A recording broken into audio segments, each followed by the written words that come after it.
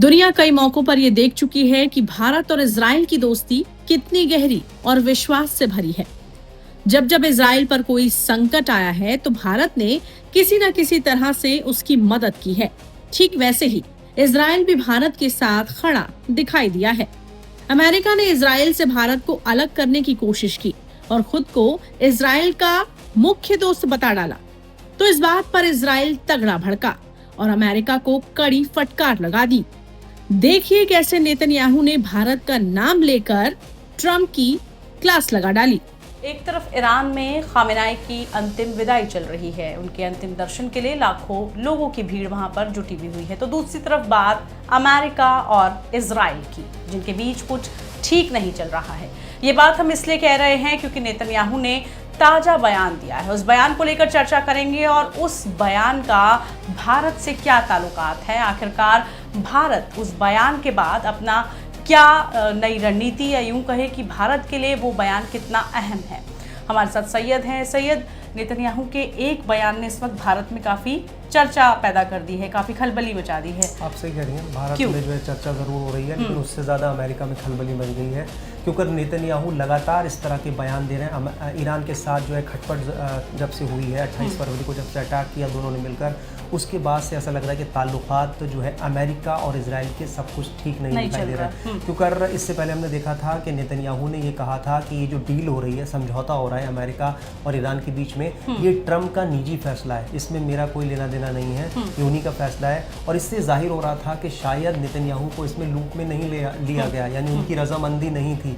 और हमने देखा भी जितनी बैठकें हुई, यानी पाकिस्तान ने मध्यस्थता की, कतर ने मध्यस्थता की, और इन बैठकों में कहीं भी हमें इजराइल दिखाई नहीं दिया। तो जाहिर सी बात है, नेतन्याहू वैसे भी नहीं चाहते कि इसमें जो है ईरान से कोई बातचीत हो।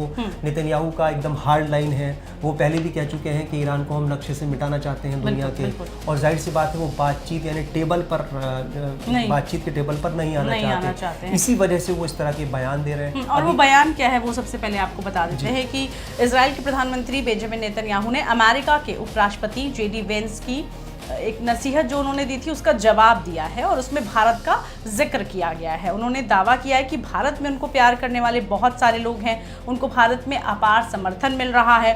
उन्होंने एक न्यूज़ चैनल, जो एक निजी न्यूज़ चैनल है, उसमें बात कही है। जेडी वेंस ने जून में इजराइल को अमेरिका और डोनाल्ड ट्रंप की आलोचना करने से बचने की सलाह दी थी, और उसी सलाह का जवाब अब नेतन्याहू ये कहते हुए दे रहे हैं कि भारत से दोस्ती बहुत गहरी है। दोस्ती का हवाला उन्होंने दिया है, और अमेरिका ही नहीं, कई जो और देश हैं वो उनके साथ खड़े हुए हैं। उन्होंने सीधे तौर पर कहा है कि 140 करोड़ की आबादी वाला देश भारत उनके साथ खड़ा है। एक बड़ा संदेश इसको सैयद समझे हम? बिल्कुल, भारत के लिए एक अच्छा संदेश है, जाहिर सी बात है, क्योंकि हमारी एक स्ट्रेटेजिक एक पार्टनरशिप रही है। डिफेंस के मामले में जो है हम हथियार खरीदते रहे हैं इजराइल से, और एक सबसे ज़्यादा हथियार अगर कहा जाए तो सबसे पुराना दोस्त भारत का जब जिक्र किया जाता है तो कहा जाता है कि वो इजराइल है। वो एक गुडविल है, अच्छी बात है, और इसीलिए जो है, लेकिन ये इस सब के बीच जो है कहीं ना कहीं ट्रंप की फजीहत इसमें दिखाई दे रही है, क्योंकि ट्रंप जो है एक बड़े भाई के तौर पर इजराइल का अब तक साथ देते रहे हैं। और देखा जाए तो ये पूरी जंग यही कहा जाता है कि अगर शायद ये जंग अगर इजराइल और ईरान के बीच में होती तो इजराइल कहीं पीछे छूट चुका होता। अमेरिका का समर्थन क्योंकि हासिल है इजराइल को, यही वजह है कि वो शायद यहाँ तक पहुँच पा रहा है लगातार। और ऐसे में अगर नेतन्याहू इस तरह के बयान देते हैं तो ये अमेरिका के लिए बहुत चिंता सोचने की बात है। और लगातार हम सैयद देख रहे हैं कि इसी तरह के संदेश हर देश दे रहा है, जिसकी वजह से ट्रंप की देश भर में बोले कि देश भर में जो है कहीं ना कहीं वो फजीहत भी हो रही है, पिछड़ते हुए नजर आ रहे हैं। सोचने को मजबूर है कि जो महाशक्ति है, जो अपने आप को महाशक्ति कहता है, जो हर युद्ध में अपने आप को मध्यस्थता की बात कह देता है, भारत पाकिस्तान को हमने देखा जब ट्रंप की तरफ से आता है कि मैंने ही युद्ध रुकवाया है, तो हर जगह वो इस तरह का संदेश देते हैं। लेकिन अब खुद जो है उनकी कई जगह पर किरकिरी हो रही है। देखिए पूजा, मुझे लगता है कि ट्रंप और नेतन्याहू के बीच वो तालमेल शायद अब नहीं है, वो ट्यूनिंग नहीं है।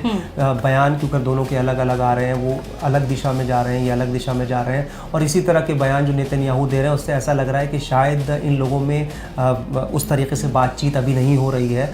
इसीलिए वो जो है कभी अमेरिका के खिलाफ बयान देते हैं, कभी वो ट्रंप के खिलाफ बयान दे देते हैं, कभी वो जेडी वेंस से सीधे तौर पर बयान दे देते हैं उनके खिलाफ। तो जाहिर सी बात है ये कहीं ना कहीं, लेकिन इसमें एक फ़ायदा जो है ईरान का भी होता दिख रहा है कहीं ना कहीं, क्योंकि जाहिर सी बात है अगर- नेतन्याहू और अमेरिका में खटपट चल रही है तो उसका सीधा फायदा जैसे आपने कहा कि ईरान के लिए होगा, क्योंकि अगर अमेरिका अपने पीछे कदम खींच लेगा तो उसका फायदा जी। ईरान को मिलेगा। और लेकिन भारत के दृष्टिकोण से हम इस पर चर्चा कर रहे थे कि भारत के लिए कितना फायदेमंद ये बयान रहने वाला है। आने वाले दिनों में हमें देखना होगा और इसका भारत की तरफ से क्या जवाब आता है ये भी देखना होगा। जो दर्शक हमें देख रहे हैं वो भी कमेंट करके ज़रूर बताएं कि आप भारत और इजराइल की इस दोस्ती को कैसे देखते हैं।